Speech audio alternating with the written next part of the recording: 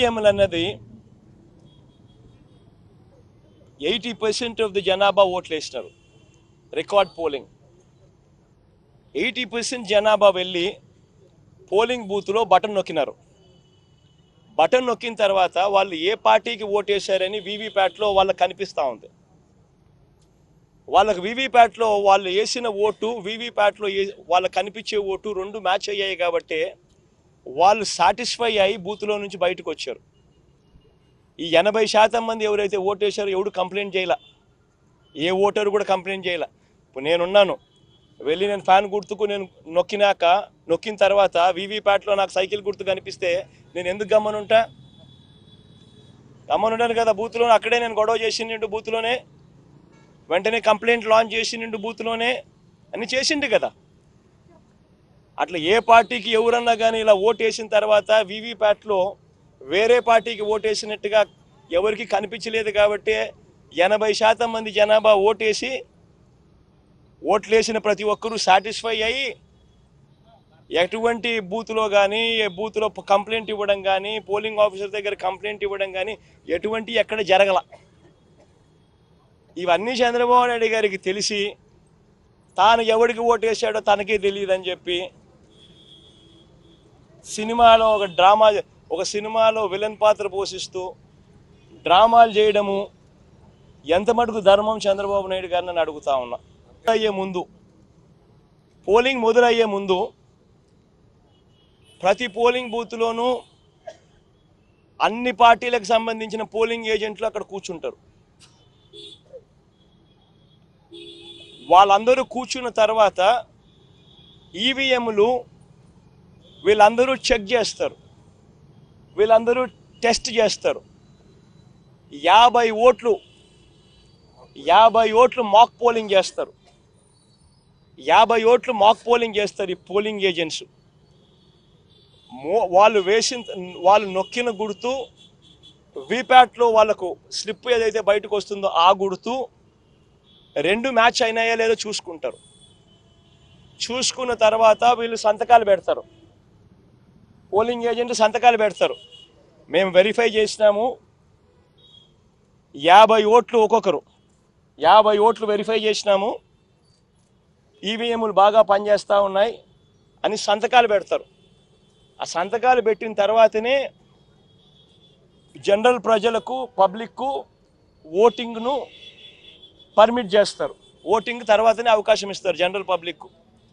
మరి ఇటువంటి తెలుగుదేశం పార్టీకి సంబంధించిన ఏజెంట్లే అన్ని పార్టీలకు సంబంధించిన ఏజెంట్లతో పాటు కలిసి నొక్కి వీవీప్యాట్లలో కూడా దాన్ని చూసుకొని కరెక్ట్గా అన్నీ పనిచేస్తూ ఉన్నాయని చెప్పి వెరిఫైడ్ అని చెప్పి సంతకం పెట్టి పోలింగ్ ఆఫీసర్లకు ఇచ్చిన తర్వాతనే పోలింగ్ మొదలైంది.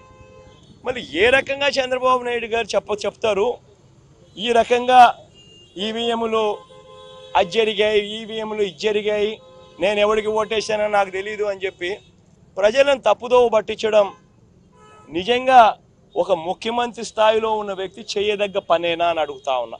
ఈవీఎంలు అన్నది 80% ఆఫ్ ది జనాభా ఓట్లు వేసినారు. రికార్డ్ పోలింగ్ 80% జనాభా వెళ్ళి పోలింగ్ బూత్లో బటన్ నొక్కినారు. బటన్ నొక్కిన తర్వాత వాళ్ళు ఏ పార్టీకి ఓటేశారని వీవీప్యాట్లో వాళ్ళకి కనిపిస్తూ ఉంది. వాళ్ళకి వీవీప్యాట్లో వాళ్ళు వేసిన ఓటు వీవీప్యాట్లో వాళ్ళకి కనిపించే ఓటు రెండు మ్యాచ్ అయ్యాయి కాబట్టి వాళ్ళు సాటిస్ఫై అయ్యి బూత్లో నుంచి బయటకు వచ్చారు. ఈ 80% మంది ఎవరైతే ఓటేశారో ఎవడు కంప్లైంట్ చేయాల, ఏ ఓటరు కూడా కంప్లైంట్ చేయాల. ఇప్పుడు నేనున్నాను, వెళ్ళి నేను ఫ్యాన్ గుర్తుకు నేను నొక్కిన తర్వాత వీవీప్యాట్లో నాకు సైకిల్ గుర్తు కనిపిస్తే నేను ఎందుకు గమ్మనుంటాను కదా. బూత్లో అక్కడే నేను గొడవ చేసిండు, బూత్లోనే వెంటనే కంప్లైంట్ లాంచ్ చేసిండు, బూత్లోనే అన్ని చేసిండు కదా.